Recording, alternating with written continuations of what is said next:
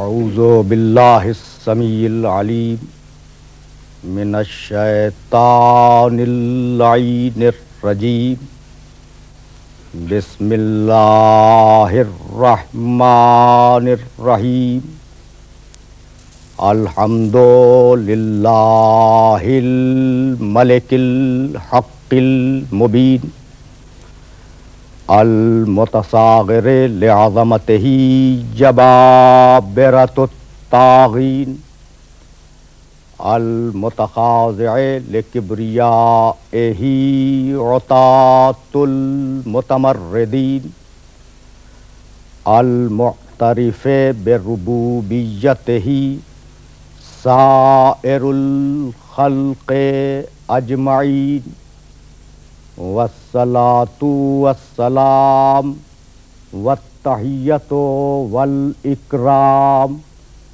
علی اشرف النبیین وخاتم المرسلین سیدنا و مولانا ابی القاسم محمد و اہل بیتہ الطیبین الطاہرین اما بعد فقد قال اللہ سبحانہ وتعالی فی محکم کتابہ المبین بسم اللہ الرحمن الرحیم تبارک الذی نزل الفرقان علی عبدہ لیکون للعالمین نذیرا صلوات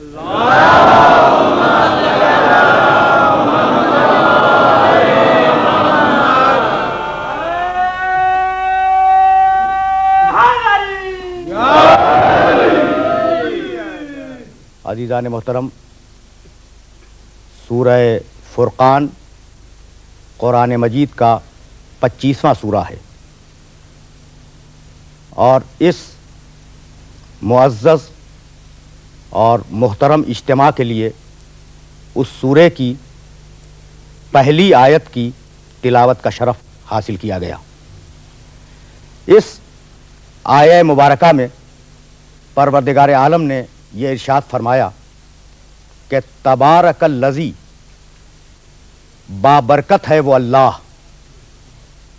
کہ جس نے نزل الفرقان، نازل کیا قرآن مجید کو، علی عبدہ، اپنے بندے پر، لیکون للعالمین نذیرا، تاکہ وہ بندہ پوری کائنات کا ڈرانے والا اور پوری کائنات تک پیغام کو پہنچانے والا بن جائے۔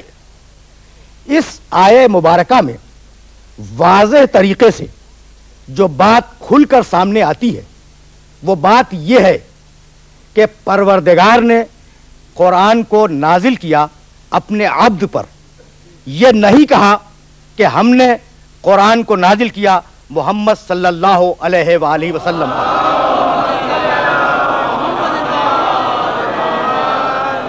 یہ نہیں کہا، یہ نہیں کہا کہ ہم نے قرآن کو نازل کیا رسول اللہ پر، یہ نہیں کہا کہ ہم نے قرآن کو نازل کیا خاتم النبیین پر، بلکہ پروردگار نے نزول قرآن کے لیے جس صفت کا انتخاب کیا وہ صفت رسالت نہیں تھی، وہ صفت ختم نبوت نہیں تھی، وہ صفت محمدیت نہیں تھی۔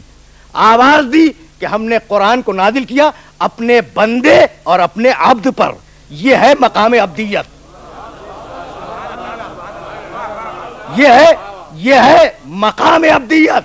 بھائی اگر عبدیت کی وسعتوں کا اندازہ لگائیں تو قرآن مجید میں مختلف مقامات پر پروردگار عالم نے عبدیت اور بندگی پر سیر حاصل گفتگو کی۔ سورہ مریم میں ارشاد فرمایا، 19واں سورہ قرآن مجید کا، ان کلو من فی السماوات والارض الا آتی الرحمن عبدا، اس کائنات کا ذرہ ذرہ اللہ کی عبدیت میں ہے۔ ان کلو من فی السماوات والارض الا آتی الرحمن عبدا، کائنات کی، آسمان و زمین کی کوئی مخلوق ایسی نہیں ہے جو پروردگار کے دائرہ عبدیت سے باہر ہو. بھائی اسی بات کو ذرا سا لفظوں کی تبدیلی کے ساتھ سورہ آل عمران میں ارشاد کیا, تیسرا سورہ قرآن مجید کا, آیت کا نشان 83, بلہو اسلم من فی السماوات والارض طوعا وکرہا والیہ یرجعون. کائنات کا ذرہ ذرہ اللہ کے دائرہ اطاعت میں ہے, کائنات کا ذرہ ذرہ اللہ کے دائرہ اسلام میں ہے, کائنات کا ذرہ ذرہ اللہ کے دائرہ عبدیت اور دائرہ بندگی میں ہے. وہ اطاعت کے ساتھ ہو یا کراہت کے ساتھ ہو, وہ الیہ یرجعون, اور ان سب کو اسی کی بارگاہ میں پلٹ کر جانا ہے. بھئی یہ ہے مقام عبدیت, یہ ہے مقام عبدیت کہ کوئی ذرہ اس کی عبدیت سے باہر نہیں ہے, کوئی مخلوق اس کی عبدیت کے دائرے سے خارج نہیں ہے. بھائی اسی بات کو سورہ اعراف میں پروردگار نے دوسرے لفظوں میں انسانوں کے سامنے واضح کیا, 7واں سورہ آیت کا نشان 54, الا لہ الخلق والامر تبارک اللہ رب العالمین. بھائی آگاہ ہو جاؤ کہ خلق کی ساری طاقتیں مخصوص ہیں اللہ کے لیے. الا لہ الخلق, آگاہ ہو جاؤ کہ خلق فقط اور فقط وہ کرتا ہے, اور آگاہ ہو جاؤ کہ امر, حکم, آرڈر, امر فقط اور فقط وہ کرتا ہے بابرکت واللہ جو عالمین کا پروردگار ہے. یعنی خالق وہ ہے, عامر وہ ہے, اس کے علاوہ کسی کو عامریت زیبا نہیں ہے.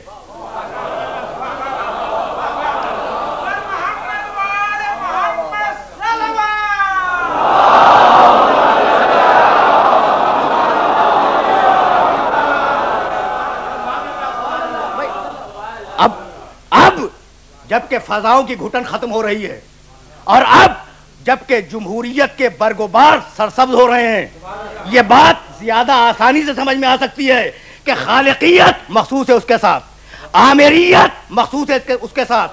کسی کو حق عامریت پروردگار نے نہیں دیا. بھائی اپنے لیے امر کو مخصوص کیا, یعنی عامر وہ ہے, اب تم ہو. اگر یہ رشتہ سمجھ میں آ جائے تو بھائی عبدیت سمجھ میں آ جائے گی. وہ عامر مطلق ہے, تم اس کے بندے ہو. تم کس شان کے ساتھ اس کے بندے ہو؟ قرآن نے تمہاری تاریخ لکھی, قرآن نے تمہاری نفسیات پہ گفتگو کی, قرآن نے تمہارے فلسفہ حیات پہ گفتگو کی, قرآن نے تمہارے دلوں میں ڈوب کر, تمہارے دلوں کی گہرائیوں سے تمہاری تمناؤں کو نکال کر آیات قرآنی میں سمانے کی کوشش کی. بھائی سورہ والتین میں, بھائی اگر انسان سمجھ میں آ گیا اور انسان کی سرنوشت سمجھ میں آ گئی تو مجھے عبدیت تک جانے میں آسانی ہو جائے گی. بھائی قرآن نے انسان پر گفتگو کرتے ہوئے سورہ والتین میں ارشاد فرمایا, بسم اللہ الرحمن الرحیم, والتین والزیتون والطور سینین وہذا البلد الامین, لقد خلقنا الانسان فی احسن تقویم ثم رددناہ اسفل سافلین الا الذین آمنوا وعملوا الصالحات فلہم اجر غیر ممنون. قسم ہے درخت تین کی, انجیر کے درخت کی قسم, والزیتون, قسم ہے زیتون کے درخت کی, درخت انجیر کی قسم, درخت زیتون کی قسم, والطور سینین, قسم ہے کوہ طور کی, وہذا البلد الامین, اور قسم ہے اس امانت والے شہر, شہر مکہ کی امانت, وہذا البلد الامین, قسم ہے اس امانت والے شہر, شہر مکہ کی. قسمیں کھائیں اور اس کے بعد اب جواب قسم میں ارشاد کیا, لقد خلقنا الانسان فی احسن تقویم, ہم نے انسان کو احسن تقویم میں بنایا, بہترین شکل دی, بہترین مزاج دیا, عناصر میں بہترین اعتدال قائم کیا.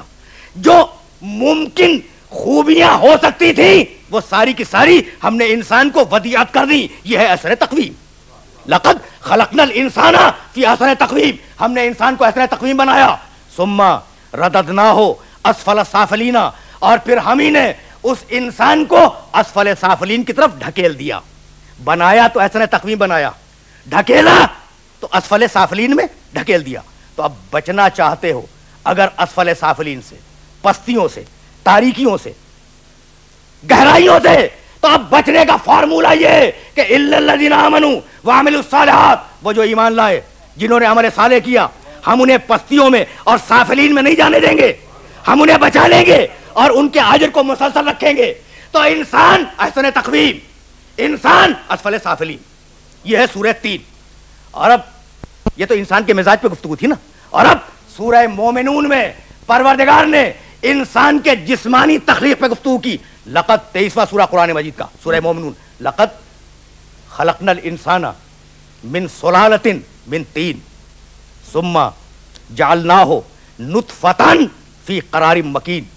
ہم نے انسان کو مٹی کے سط سے خلق کیا, ہم نے انسان کو مٹی کے جوہر سے خلق کیا, اور پھر ہم نے اسے ایک معین جگہ پر منتقل کر دیا, اور پھر اس معین جگہ پر منتقل ہونے کے بعد وہ لوتھڑا بنا, جمع ہوا خون بنا, گوشت بنا, ہڈیاں آئیں.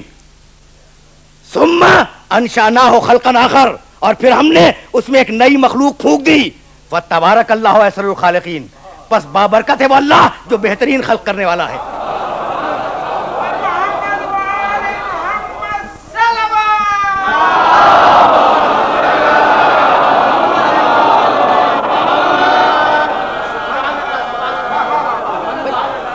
قرآن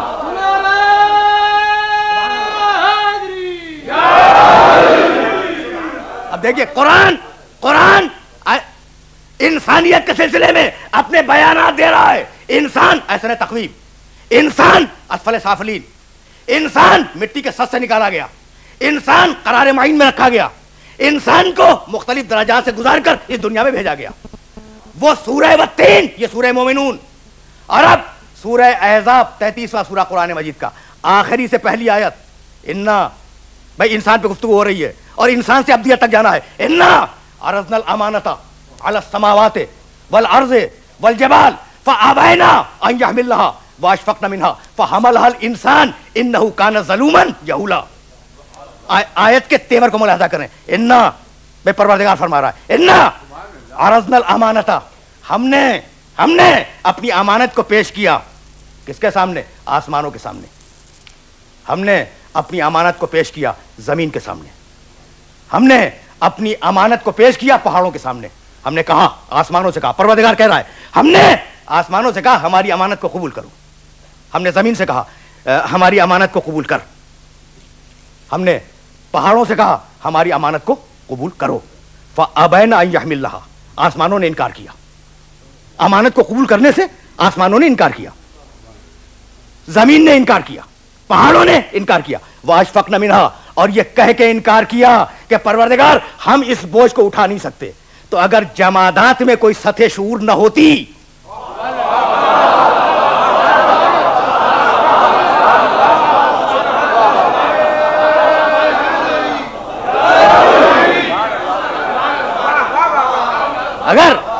اگر جمادات میں کوئی سطح شعور نہ ہوتی تو یہ سوال و جواب محمل ہو جاتے. فابینا ان یحملنها واشفقن منها, انکار کیا اور یہ کہہ کے انکار کیا کہ پروردگار یہ بوجھ بہت زیادہ ہے, ہم اسے اٹھا نہیں سکتے. بھئی کس چیز کے بوجھ کو؟ امانت کے بوجھ کو اٹھانے سے انکار کیا. فحملها الانسان, انسان آگے بڑھ گیا اور اس نے اس امانت کے بوجھ کو اٹھا لیا. قرآن کہہ رہا ہے فحملها الانسان, انسان نے اس بوجھ کو اٹھا لیا. انه کان ظلوما جہولا, انسان ظالم بھی تھا, انسان جاہل بھی تھا. بھائی صاحبان فہم و فکر سے پوچھنا چاہتا ہوں کہ امانت کو اٹھانا اچھا تھا یا برا؟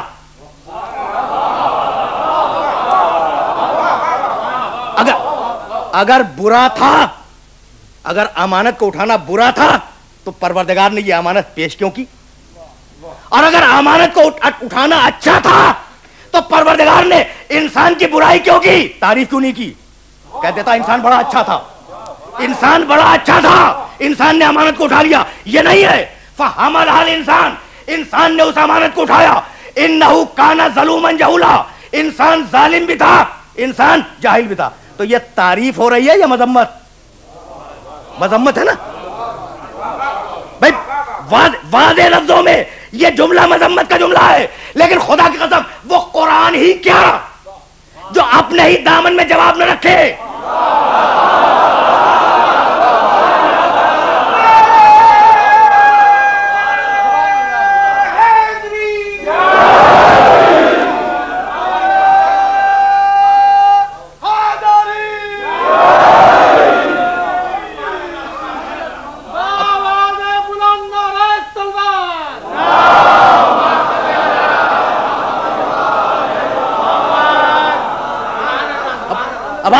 لہذا فرمائے ایک لفظ سے پروردگار نے ایک لفظ سے اس مسئلے کو حل کیا.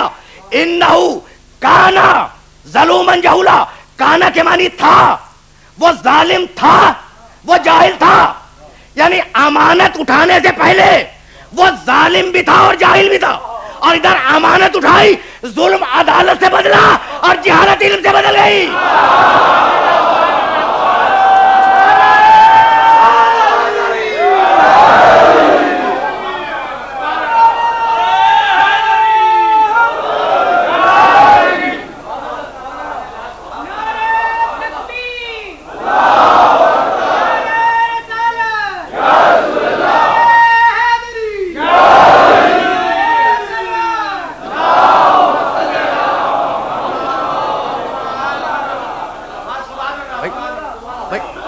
آہستہ آہستہ سلسلہ فکر آگے بڑھ رہا ہے.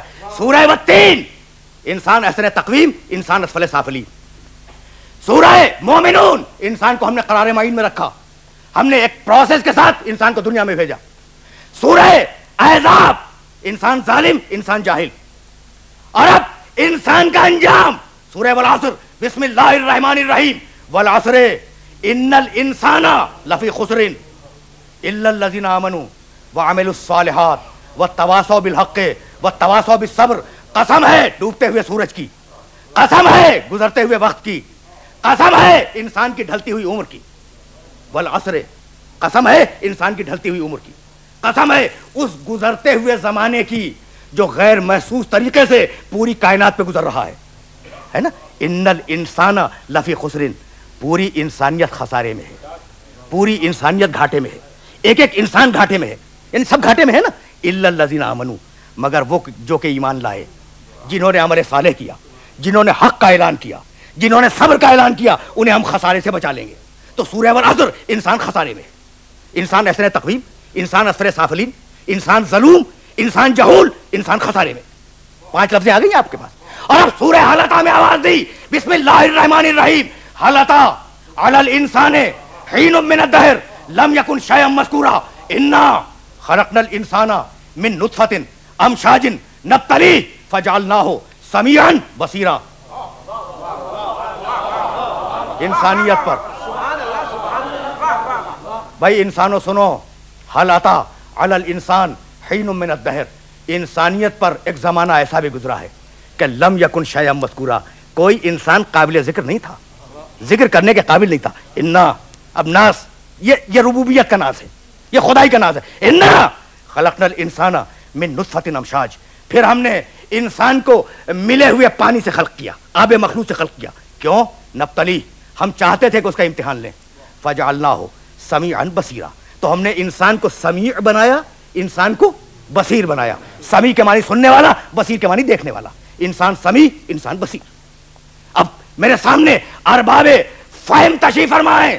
بھائی قرآن نے کتنی لفظیں انسان کے لیے دی؟ میں نے چھوڑ دی بہت سی لفظیں.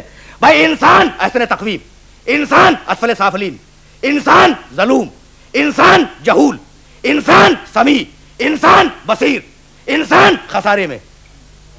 اتنی قسمیں آپ کے سامنے آ گئی.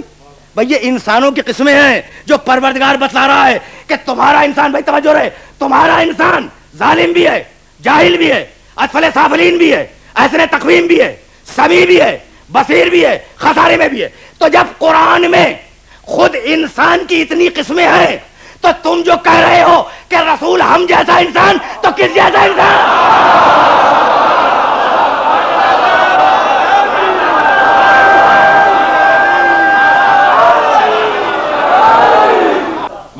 یہ ساری گفتگو آیات قرآنی کے حدود میں. جب اتنی قسمیں خود قرآن بیان کر رہا ہے کہ انسان ظالم بھی ہے، انسان جاہل بھی ہے، انسان احسن تقویم بھی ہے، انسان اسفل سافلین بھی ہے، انسان خسارے میں بھی ہے، انسان سمیع بھی ہے، انسان بصیر بھی ہے. تو جب اتنی قسمیں خود قرآن بیان کر رہا ہے تو تم نے جو کہا کہ بھائی رسول ہم جیسا انسان، تو کس جیسا ہے نا؟ تو بھائی تمہارے انسان اور ہیں، اس کا انسان اور ہے. تمہارے انسان اور ہیں، اس کا انسان اور ہے. وہ لوگ جو قرآن فہمی کا خصوصی ذوق رکھتے ہیں، اب ان کے لیے آیت پیش کر رہا ہوں. بھائی یہ تمہارے انسان ہیں جو ظالم بھی ہیں، جاہل بھی ہے، اثر تقویم بھی ہے، اسفل سافلین بھی ہے، خسارے میں بھی ہے. یہ تمہارے انسان ہے. اور اب اس کا انسان بسم اللہ الرحمن الرحیم الرحمن علم القرآن خلق الانسان علمہ البیان. اب قرآن مجید نے ایک تبصرہ کیا انسانیت پر. قرآن مجید نے جائزہ لیا انسانیت کا, اور ایک کلیدی لفظ پہ رک رہا ہوں, انا خلقنا الانسان, اب دیت تک جانا ہے, من نطفۃ امشاج نبتلیہ. ہم نے یہ طے کیا کہ ہم انسانیت کا امتحان لیں گے. کسی انسان کو امتحان سے ایگزمپٹ نہیں کریں گے, کسی انسان کو امتحان سے مستثنا نہیں کریں گے, پوری انسانیت کا امتحان لیں گے. نبتلی, بھئی غرض خلقت یہی ہے کہ انسان کا امتحان لیا جائے. غرض خلقت یہی ہے کہ انسان کا امتحان لیا جائے. تو پروردگار یہ تو طے ہو گیا کہ پوری انسانیت کا امتحان لینا ہے. اب اتنا بتلا دے کہ کن عنوانات پہ امتحان لے گا. بھئی وہ سبجیکٹس کیا ہیں, وہ عنوانات کیا ہیں جن پر امتحان لیا جائے گا. سورہ بقرہ میں ارشاد فرمایا وَلَنَبْلُوَنَّكُمْ بِشَيْءٍ مِنَ الْخَوْفِ وَالْجُوعِ وَنَقْصٍ مِنَ الْأَمْوَالِ وَالْأَنفُسِ وَالثَّمَرَاتِ وَبَشِّرِ الصَّابِرِينَ الَّذِينَ إِذَا أَصَابَتْهُم مُّصِيبَةٌ قَالُوا إِنَّا لِلَّهِ وَإِنَّا إِلَيْهِ راجعون. أولئك عليهم صلوات من ربهم ورحمة وأولئك هم المهتدون. ہم امتحان لیں گے. وَلَنَبْلُوَنَّكُمْ, ہم امتحان لیں گے, تم سب کا امتحان لیں گے. بِشَيْءٍ مِّنَ الْخَوْفِ وَالْجُوعِ, خوف سے بھی امتحان لیں گے, بھوک سے بھی امتحان لیں گے. خوف ڈر, جوع بھوک, یہ دونوں لفظ ذہن میں رہے, کلیدی لفظ ہیں. ہم تمہارا امتحان خوف سے لیں گے, ہم تمہارا امتحان بھوک سے لیں گے. وَلَنَبْلُوَنَّكُمْ بِشَيْءٍ مِّنَ الْخَوْفِ وَالْجُوعِ وَنَقْصٍ مِّنَ الْأَمْوَالِ وَالْأَنفُسِ وَالثَّمَرَاتِ, مال کا ضائع جانا, جان کا ضائع جانا, اولاد کا تلف ہو جانا, ہم تمہارا امتحان لیں گے. تو امتحان کے بنیادی عنوانات تو سمجھ میں آ گئے نا بھائی. سب سے اہم دو عنوانات, خوف کا امتحان, بھوک کا امتحان. اب عرض کروں, امتحان لے گا خوف سے, امتحان لے گا بھوک سے. اور اب وہی پروردگار جو کہتا ہے کہ میں خوف سے امتحان لوں گا, میں بھوک سے امتحان لوں گا, وہی پروردگار سورہ نحل میں ارشاد فرماتا ہے, ضرب اللہ, 16واں سورہ قرآن مجید کا, ضرب اللہ مثلا قریۃ کانت آمنۃ مطمئنۃ یاتیہا رزقہا رغدا من کل مکان فکفرت بانعم اللہ فاذاقہا اللہ لباس الجوع والخوف بما کانوا یصنعون. وہی دونوں لفظ ہیں, لباس الجوع والخوف. اللہ تمہارے سامنے ایک بستی کی مثال بیان کرتا ہے. ضرب اللہ مثلا قریۃ, ایک آبادی تھی, ایک بستی تھی, گاؤں تھا. کانت آمنتن مطمئنتن, اس گاؤں میں امن بھی تھا, اطمینان بھی تھا. امن سماجی, اطمینان گھر کا. کتنی آئیڈیل بستی ہے, کتنی آئیڈیل بستی ہے, کتنی مثالی بستی ہے. ضرب اللہ مثلا قریۃ کانت آمنتن مطمئنتن, اس بستی میں امن بھی تھا, اطمینان بھی تھا. یاتیہا رزقہا رغدا من کل مکان, اور پوری دنیا سے رزق کھچ کر اس بستی میں آ رہا تھا. پوری دنیا سے رزق کھچ کر اس بستی میں آ رہا تھا. اب ایک مثالی بستی کے 3 ہی عناصر ہوتے ہیں, معاشرے میں امن ہو, گھر میں اطمینان ہو, اور رزق کی ضمانت ہو.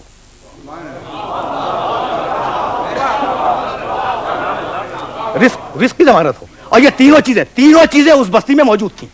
اور اب پروردگار نے کہا فکفرت بانعم اللہ, اس بستی کے رہنے والوں نے اللہ کی نعمتوں کا انکار کیا, اللہ کی نعمتوں کو ٹھکرا دیا, کفران نعمت کیا.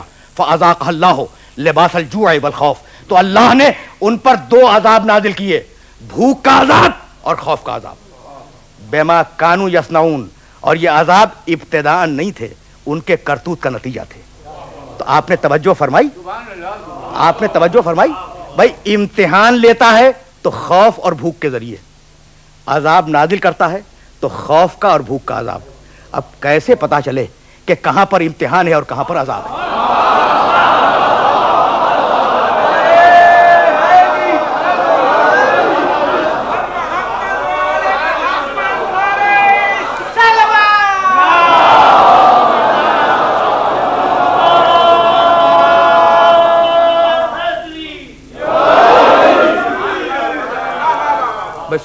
سورہ بقرہ میں ارشاد کرتا ہے, ہم تمہارا امتحان لیں گے خوف اور بھوک کے ذریعے. اور سورہ نحل میں ارشاد فرماتا ہے ہم عذاب نازل کریں گے اگر کفران نعمت کرو گے، تو خوف اور بھوک کا عذاب۔ اب کیسے پتا چلے گا کہاں امتحان ہے کہاں عذاب ہے؟ تو بات تو خود بتلا دی نا کہ جہاں اطاعت کے ساتھ خوف آ جائے وہاں امتحان ہے، اور جہاں کفران نعمت کے ساتھ آئے وہاں عذاب ہے۔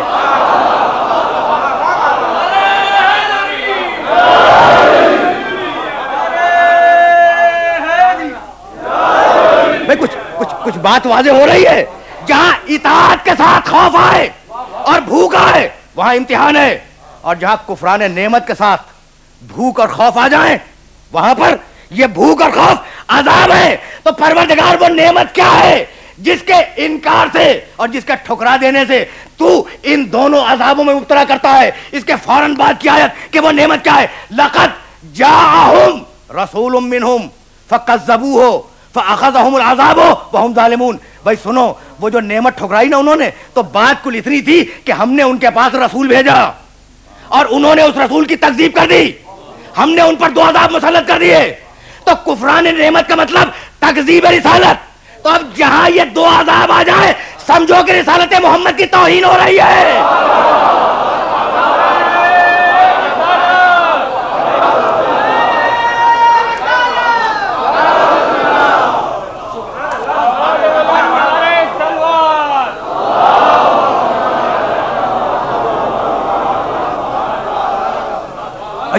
عجیب مرحلہ فکر ہے۔ عذاب آئے خوف کے ذریعے بھوک کے ذریعے، امتحان لیا جائے خوف کے ذریعے بھوک کے ذریعے۔ تو پروردگار اگر عذاب آ جائے، خوف کا عذاب، بھائی دنیا کے 2 ہی بڑے بین الاقوامی مسئلے ہیں، اور آپ مجھ سے بہتر جانتے ہیں دنیا کے 2 ہی بڑے بین الاقوامی مسئلے۔ پہلا مسئلہ بھوک کا مسئلہ۔ دنیا گھبرائی ہوئی ہے کہ جس تناسب کے ساتھ انسانی آبادی میں اضافہ ہو رہا ہے اس تناسب کے ساتھ وسائل رزق میں اضافہ نہیں ہو رہا ہے۔ بہت سے ایسے بر اعظم ہیں جہاں قحط کے آثار نمایاں ہیں، اور نگاہیں انسانیت کی مستقبل کے پردوں کو چیر کے دیکھ رہی ہیں کہ مختلف علاقوں میں قحط کے آثار ہویدہ ہو رہے ہیں، ہے نا؟ بین الاقوامی مسئلہ ہے بھوک کا مسئلہ، بین الاقوامی مسئلہ ہے قحط کا مسئلہ، کسی ایک علاقے کا نہیں، بین الاقوامی۔ اور دوسرا مسئلہ جو بین الاقوامی ہے وہ ہے خوف کا مسئلہ، پڑوسی کو پڑوسی سے خوف، ایک ملک کو دوسرے ملک سے خوف، ایک بڑی طاقت کو دوسری بڑی طاقت سے خوف، پوری انسانیت کو خوف کہ زمین کی رگوں سے کھینچی ہوئی بھیانک توانائی کسی دن پوری انسانیت کو ہلاک نہ کر دے۔ تو پوری انسانیت، بھائی توجہ رہے، پوری انسانیت آج 2 عذابوں میں مبتلا ہے۔ بھائی خوف کا عذاب پوری انسانیت پہ ہے، بھوک کا عذاب پوری انسانیت پہ ہے۔ تو اب پروردگار کوئی ایسا طریقہ بتلا دے کہ ہم ان دونوں عذابوں سے نجات حاصل کر لیں۔ سورہ قریش میں آواز دی، بسم اللہ الرحمن الرحیم، لإیلاف قریش ایلافہم رحلۃ الشتاء والصیف فلیعبدوا رب ھذا البیت الذی اطعمہم من جوع وآمنہم من خوف۔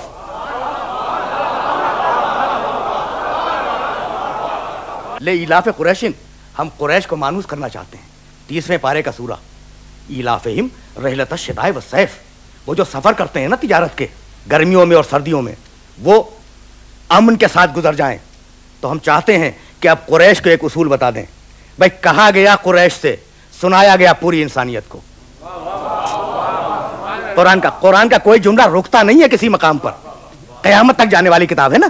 تو کہا گیا قریش سے، سنایا گیا پوری انسانیت کو کہ اب اصول سنو، اگر خوف اور بھوک سے بچنا ہے تو فارمولا سنو، فَلْيَعْبُدُوا رَبَّ هَذَا الْبَيْتِ الَّذِي أَطْعَمَهُم مِّن جُوعٍ وَآمَنَهُم مِّن خوف۔ اس رب کی عبدیت کے دائرے میں آ جاؤ، اس رب کی، بھائی عبدیت تک بات آ گئی نا، اس رب کی عبدیت کے دائرے میں آ جاؤ جس نے قریش کی بھوک کو رزق سے بدلا تھا اور قریش کے خوف کو امن سے بدلا تھا۔ تو اگر تم اس کی عبدیت کے دائرے میں آ گئے تو تمہاری بھوک بھی ختم ہو جائے گی، تمہارا خوف بھی ختم ہو جائے گا۔ بھائی اب عبدیت کا مرتبہ سمجھ میں آیا، عبدیت کا مزاج سمجھ میں آیا۔ بھائی عبدیت وہ شے ہے، عبدیت وہ شے ہے کہ اگر انسان اللہ کی بندگی کے دائرے میں آ جائے تو ان سارے مسائل سے بچ جائے جو مسائل آج پوری انسانیت کو پریشان کیے ہوئے ہیں۔ اور مجھے جملہ کہنے کی اجازت دیجیے کہ دولت پہ ناز اچھا نہیں ہے، ثروت پہ ناز اچھی شے نہیں ہے، اقتدار پہ ناز کرنا اچھا نہیں ہے، کرسی کسی کا ساتھ نہیں دیتی.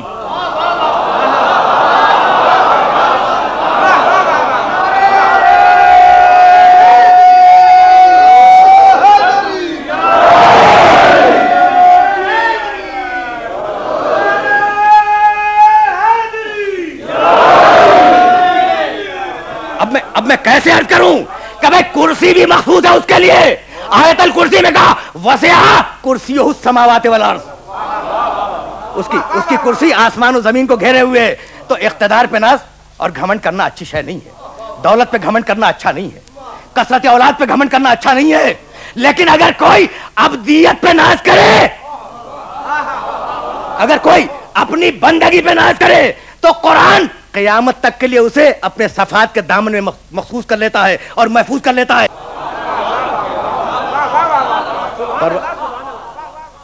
بھائی ہے ہم میں کوئی ایسا جو اپنی بندگی پہ ناز کر سکے؟ ہیں تو سب بندے. ان کلو من فی السماوات والارض الا آتی الرحمن عبدا. بھائی کائنات کا ذرہ ذرہ اس رحمان کی اور اس اللہ کی عبدیت میں ہے. ہم سب عبد ہیں، ہم سب عبد ہیں. وہ ہمارا معبود ہے. لیکن اللہ سے تو پوچھو کہ وہ کسے اپنا عبد کہتا ہے.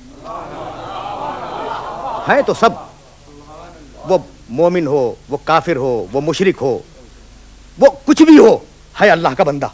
لیکن یہ تو معلوم کرو نا کہ اللہ کسے اپنا بندہ کہتا ہے، اپنا عبد اللہ کسے کہتا ہے.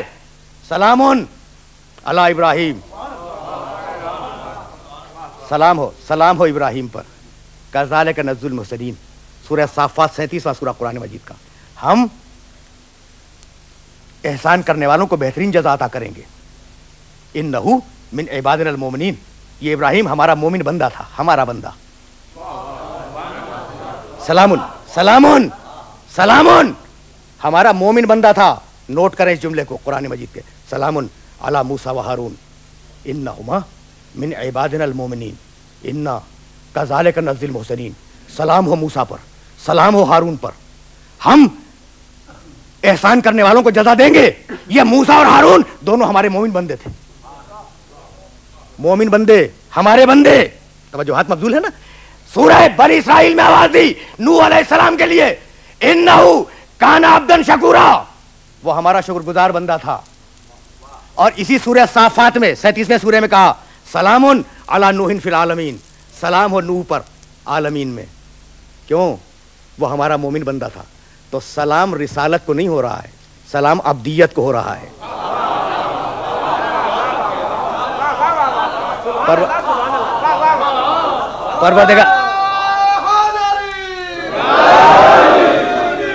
پروردگار جو سلام کر رہا ہے نا، یہ ہمارے رسول تھے، یہ ہمارے صاحبان کتاب تھے، یہ ہمارے صاحبان شریعت تھے. نہیں، یہ ہمارے مومن بندے تھے، یہ ہمارے شکر گزار بندے تھے. ہم سلام کر رہے ہیں، عبدیت کو سلام ہے. بھائی بندگی اگر کمال پہ آ جائے تو وہ سلام کرے. اگر بندگی عبدیت کمال پہ آ جائے تو پروردگار سلام کرے. بھائی عبد مومن نوح، عبد مومن ابراہیم، عبد مومن موسیٰ، عبد مومن عیسیٰ، ہارون. لیکن کچھ اور لفظیں بھی قرآن نے استعمال کی. ابھی عرض کیا نوح عبد شکور، شکر گزار بندے. یوسف علیہ السلام انہو من عبادنا المخلصین، سورہ یوسف، ہمارا صاحب اخلاص بندہ تھا. عیسیٰ علیہ السلام ان ہوا الا عبد انعمنا علیہ وجعلناہ مثلا لبنی اسرائیل. عیسیٰ ہمارا بندہ تھا، ہم نے اس پہ اپنی نعمت اتاری. عیسیٰ عبد منعم. اب لفظیں آ رہی ہیں، عبد مومن، عبد شکور، عبد مخلص، عبد منعم. اب تنہا بندہ نہیں، مومن بندہ، شاکر بندہ، صاحب اخلاص بندہ. لفظیں آ رہی ہیں نا، صاحب ایمان بندہ. اور 30ویں سورے میں ارشاد فرمایا نعم العبد، حضرت سلیمان کے لیے، نعم العبد انہو اواب. سلیمان کتنا اچھا بندہ تھا، اواب تھا، ہماری بارگاہ میں بار بار آنے والا تھا. اواب کے معنی بار بار بارگاہ خداوندی میں پلٹ کر جانے والا. تو سلیمان عبد اواب. اب عرض کروں بھائی یہی وہ منزل ہے جہاں میں اپنی گفتگو کو روکنا چاہ رہا ہوں. کوئی نبی عبد مومن، کوئی عبد شکور، کوئی عبد مخلص، کوئی عبد منعم، کوئی عبد اواب. تنہا بندہ نہیں، مومن بندہ، شکر گزار بندہ، ایمان رکھنے والا بندہ، اخلاص رکھنے والا بندہ، اللہ کی بارگاہ میں بار بار پلٹ کے جانے والا بندہ، نعمت پانے والا بندہ. اکیلا بندہ تو نہیں کہا نا, لیکن جب اپنے حبیب کا تذکرہ کیا.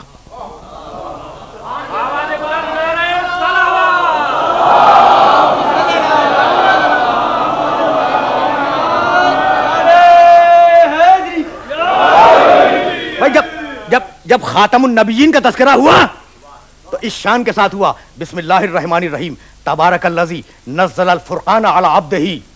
اللہ نے قرآن کو نازل کیا اپنے بندے پر. مومن نہیں, شکور نہیں, مخلص نہیں, کوئی لفظ نہیں لگایا. اللہ نے قرآن کو نازل کیا علی عبدہ, اپنے بندے پر. اور جب چیلنج کیا کافروں کو کہ قرآن کا جواب لاؤ تو کہا ان کنتم فی ریب مما نزلنا علی عبدنا, اگر تمہیں شبہ ہے کہ یہ کتاب جو ہم اپنے بندے پہ نازل کر رہے ہیں یہ ہماری نہیں ہے, جواب لاؤ. فاتو بے سورۃ من مثلہ, ایک سورہ بنا کے لے آؤ ہمارے بندے پر جو کتاب نازل ہوئی. مومن بندہ, مخلص بندہ, صاحب نعمت بندہ نہیں نا, صرف بندہ. معراج میں بلایا سبحان الذی اسری بعبدہ لیلا, بابرکت ہے واللہ جو لے گیا اپنے بندے کو, عبد شکور نہیں, عبد مومن نہیں, اپنے عبد کو لے گیا, اپنے بندے کو لے گیا رات کے وقت. اور جب اس بندے پہ وحی کی تو کیا مومن بندے پہ وحی کی؟ نہیں. فَأَوْحَىٰ إِلَىٰ عَبْدِهِ مَا أَوْحَىٰ, اس نے وحی کی اپنے بندے پر جو کچھ بھی وحی کی. بھائی یہ تو قرآن کی آیتیں تھیں, اور وہ تشہد کی منزل اشہد ان محمدن عبدہ ورسولہ.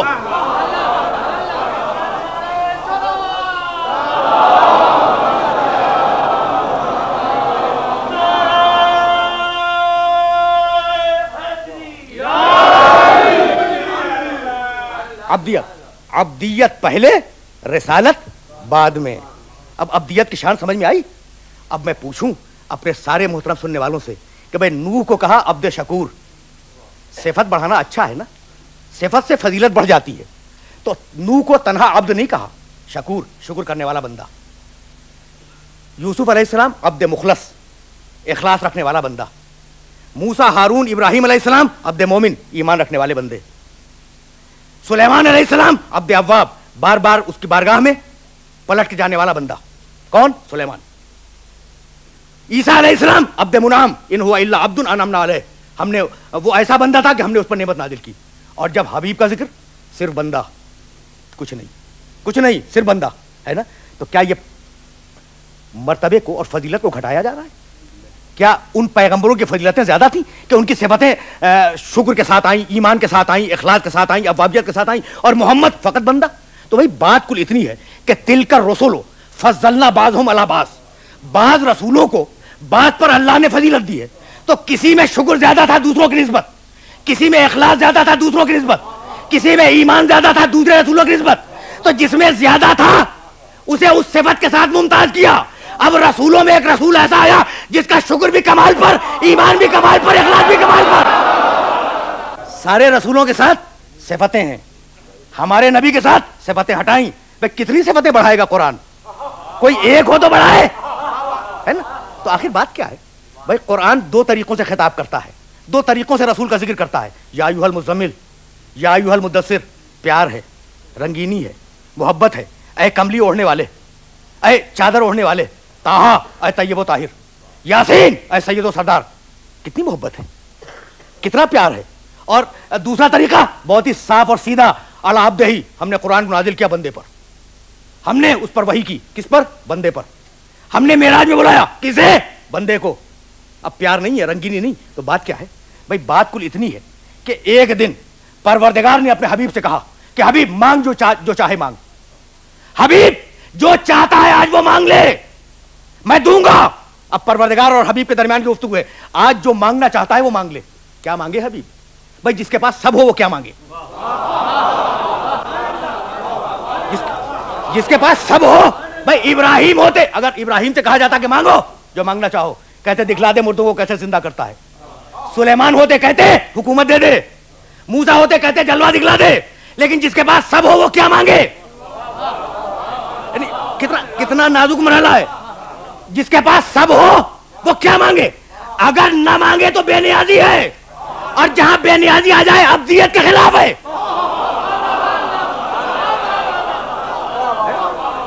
اگر نہ مانگے تو بے نیازی ہے، اور بے نیازی ابدیت کے خلاف ہے، اس لیے مانگنا بھی ہے اور سب کچھ ہے بھی۔ تو اب ایک مرتبہ آواز دی پیغمبر نے، الہی ذکرنی یومن بعبدک، پروردگار بس اتنی تمنا رہ گئی ہے کہ ایک دن اپنا بندہ کہہ کے پکار لے، بس۔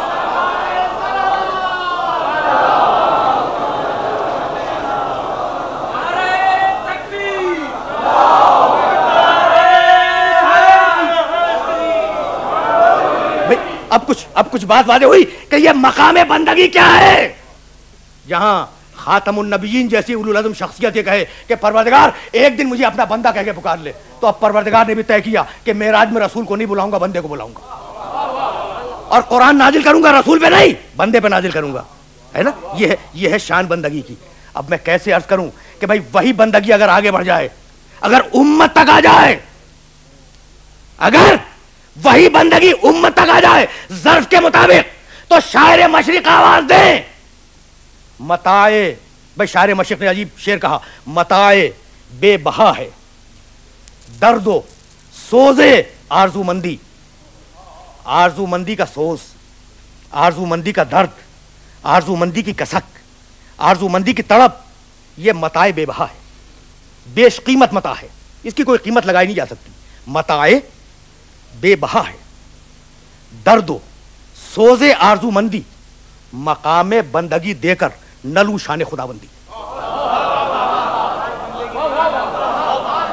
دیکھیے یعنی اقبال نے کس بلندی پہ جا کے گفتگو کی، اس کی وضاحت کے لیے بڑا وقت درکار ہے۔ متائے بے بہا ہے درد و سوز آرزو مندی، مقام بندگی دے کر نلو شان خدا بندی، یعنی اقبال شان خدا بندی پہ راضی نہیں ہے، اپنی بندگی پر ناز کرتے ہیں۔ تو اب مجھے کچھ نہیں معلوم، یعنی اقبال کہنا یہ چاہتے ہیں کہ مجھے شان خدا بندی نہیں چاہیے، میں بندگی پہ ناز کرتا ہوں۔ اب مجھے نہیں معلوم کہ اقبال کی نگاہ میں کون سی ایسی شخصیت تھی جس کو دیکھ کے اقبال نے یہ کہا، لیکن اتنا جانتا ہوں کہ تاریخ اسلام میں ایک گزرا جس نے نصیریوں سے ملنے والی خدائی ٹھکرا دی، بندگی پہ قیامت تک راضی رہا۔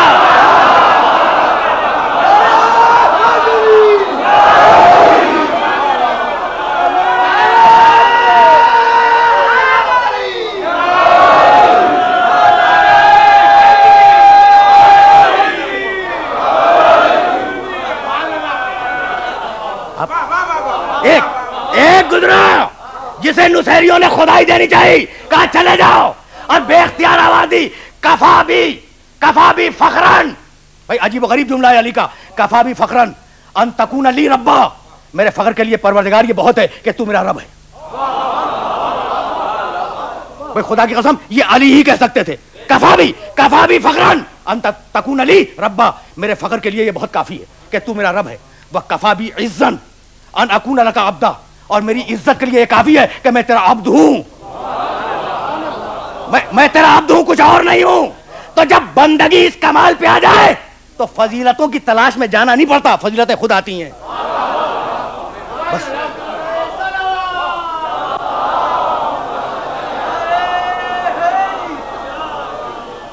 عزیزان محترم، فضائل کے قرآن میں 4 معیار، علم، تقوی، ایمان، جہاد، اگر ایک بھی کسی میں آ جائے وہ صاحب فضیلت ہے، اور اگر چاروں جمع ہو جائیں،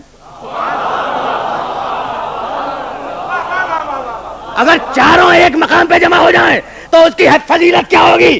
بھائی جس نے علم کو معیار فضیلت بنایا اس نے آواز دی انا مدینۃ العلم وعلی بابها، جس نے تقوی کو معیار فضیلت بنایا اس نے ارشاد فرمایا علی امام المتقین۔ علم، تقوی، جس نے ایمان کو معیار فضیلت بنایا اس نے خندق کے میدان میں کہا برز الایمان کلہ، یہ کل ایمان ہے۔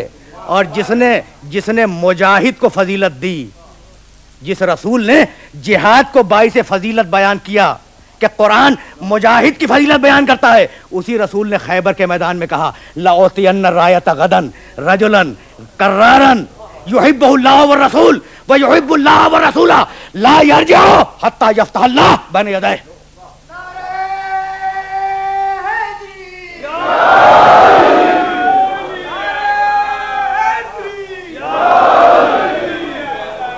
یہ ہے منزل ابدیت، یہ ہے کمال بندگی کی منزل. گفتگو آخری مرحلوں میں داخل ہوئی. بھائی یہ ابدیت کی منزل ہے، یہ کمال بندگی کی منزل ہے، یہ کمال اخلاص کی منزل ہے، یہ کمال شکر کی منزل ہے. دائرے ابدیت میں آ جاؤ، دنیا کے مسائل سے نجات پا جاؤ گے، دنیا کی پریشانیوں سے نجات پا جاؤ گے. اور ہمیشہ اس اصول کو یاد رکھو، ہمیشہ اس اصول کو یاد رکھو کہ 5 چیزوں کا احترام کرنا ہے. دین کا احترام کرو، عقل کا احترام کرو، جان کا احترام کرو، مال کا احترام کرو اور عزت کا احترام کرو. تقریر ختم ہوئی. یہ اصول بدلے نہیں. یہ جو میں عرض کر رہا ہوں نا، شریعت آدم سے لے کر شریعت خاتم تک یہ اصول نہیں بدلے. احترام دین کرو، اگر دین پہ حملہ کیا مجرم ہو. احترام عقل کرو، اگر عقل پہ حملہ کر لیا کوئی نشہ، مجرم ہو، مجرم ہو. دین کا احترام کرو، عقل کا احترام کرو، جان کا احترام کرو. اگر بے مصرف جان لے لی مجرم ہو. مال کا احترام کرو، مال چھین لیا مجرم ہو. عزت کا احترام کرو، کسی کی توہین کر دی مجرم ہو. یعنی اگر کوئی حج نہ کرے تو وہ شریعت محمد کا مجرم ہے، اور اگر کوئی قتل کر دے وہ 5 شریعتوں کا مجرم ہے.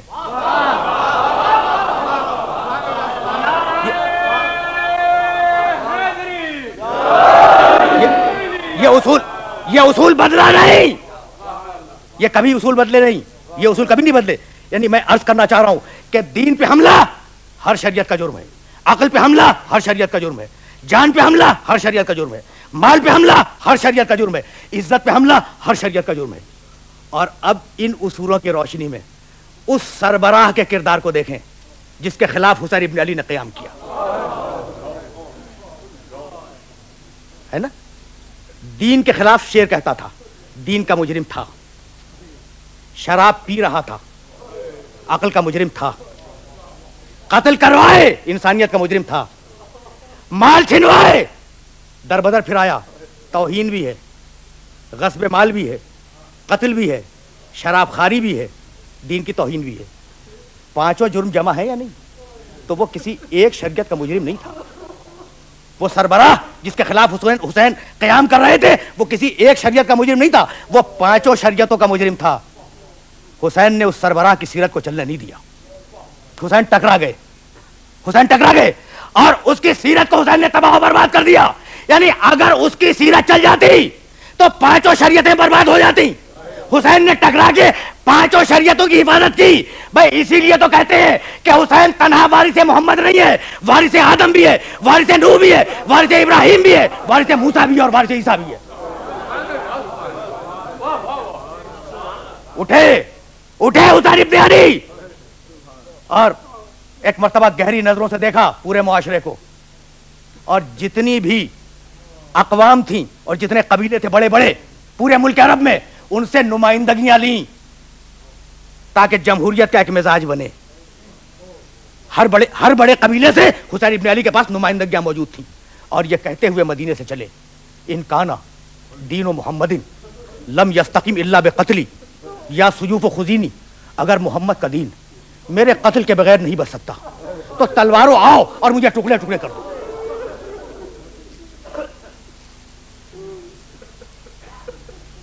اٹھائیس رجب کو حسین ابن علی نے مدینہ چھوڑا. 3 شعبان کو وارد مکہ ہوئے. 8 ذی الحج کو حسین ابن علی نے حج کو عمرے سے بدلا اور مکے سے روانہ ہوئے.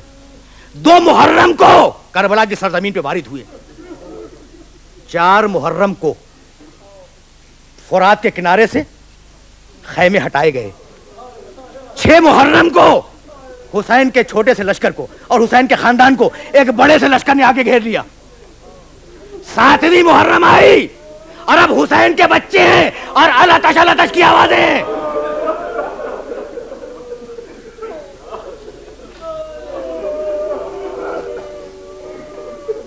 شب عاشور آئی، کچھ گئے کچھ رکے.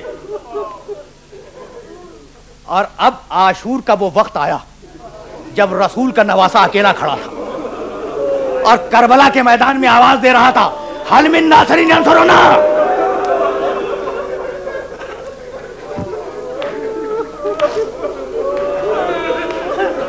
حل من ناصر ینصرنا. حل من مغیث یغیثنا حل من ذاب یذب عن حرم رسول اللہ. ہے کوئی ہماری مدد کو آنے والا؟ ہے کوئی ہمارے استغاثے پہ لبیک کہنے والا؟ ہے کوئی حرم رسول کی حفاظت کرنے والا؟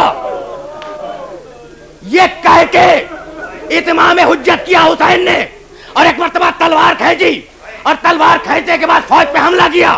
کہتے جاتے ہیں کہ اب بھوکے کی جنگ دیکھو، اب بھوکے کی جنگ دیکھو، اب پیاسے کی جنگ دیکھو، اب اس کی جنگ دیکھو جس کا جوان بھائی مارا گیا، اب اس کی جنگ دیکھو جس کا جوان بیٹا مارا گیا، اب اس کی جنگ دیکھو جس نے اپنے 6 مہینے کے بچے کی قبر اپنی تلوار سے کھودی ہے. فوجیں دور دور بھاگ گئی. حسین اکیلے میدان میں کھڑے ہیں کہ ایک مرتبہ کسی آواز نے متوجہ کیا کہ حسین اب جنگ کا ہنگام نہیں ہے، حسین تلوار کو نیام میں رکھو. یہ کہہ کے تلوار نیام میں رکھی کہ یا ایتھا النفس المطمئنہ ارجعی الی ربک راضیۃ مرضیہ. یا ایتھا النفس المطمئنہ ارجعی الی ربک راضیۃ مرضیہ فادخلی فی عبادی وادخلی جنتی. اے صاحب نفس مطمئن، واپس آ جا اپنے رب کی بارگاہ میں، رضا کے ساتھ آ، مرضی کے ساتھ آ، اور اللہ کی عبدیت کے دائرے میں رہنے والوں میں شامل ہو جا.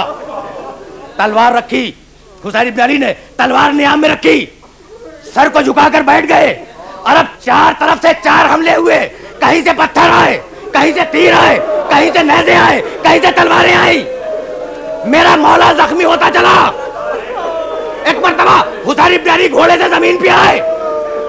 جب گھوڑوں کی بھگدڑ مچی تو شہزادی زینب نے سید سجاد کو ہلایا اور کہا بیٹا ذرا باہر تو دیکھنا کیسا شور ہے.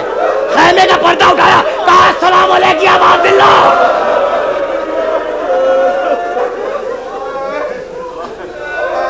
اجرکم اللہ. خیمے جلے، سیدانیوں کے سر سے چادریں چھنی، اہل حرم سر برہنہ ہوئے، بیویاں خیموں سے باہر آ گئی. راوی بیان کرتا ہے کہ ایک مرتبہ سردار لشکر نے حکم دیا کہ اب سوار گھوڑوں کی نال بندی کریں، لاشوں کو پامال کیا جائے گا. گھوڑوں کی نال بندی ہوئی. ایک مرتبہ حر کا قبیلہ آگے آیا، کہا یہ ہمارا سردار لشکر تھا، کہا لاشیں کو لے جاؤ. کسی دوسرے قبیلے والے آئے، اپنا لاشا مانگا، کہا لے جاؤ. لاشیں اٹھتے رہے اور آخری منزل پر تنہا فاطمہ کے لال کا لاشا تھا. گھوڑے دوڑ رہے تھے اور ایک بی بی مدینے کا رخ کر کے کہہ رہی تھی کہ با جدہ ہو صلی علیہ ملک السماء.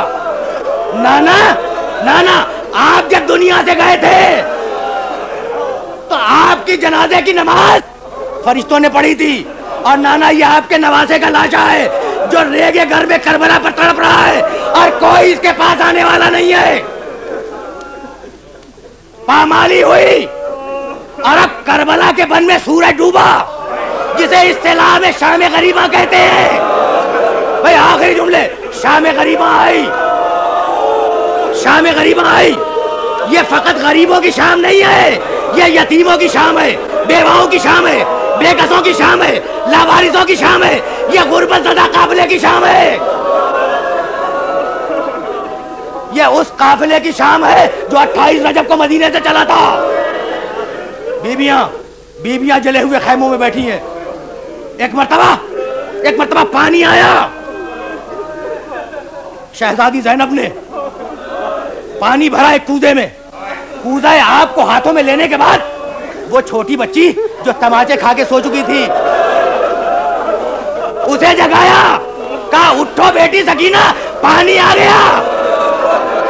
بچی اٹھی، کہا پھوپھی اماں پہلے آپ پی لیں. کہا نہیں بیٹی تو پی. کہا نہیں پھوپھی اماں پہلے آپ پیے. ایک مرتبہ بچی نے کہا پھوپھی اماں پہلے آپ پیے. جواب میں شہزادی نے کہا کہ بیٹی دستور یہ ہے کہ جو چھوٹا ہو وہ پہلے پیے.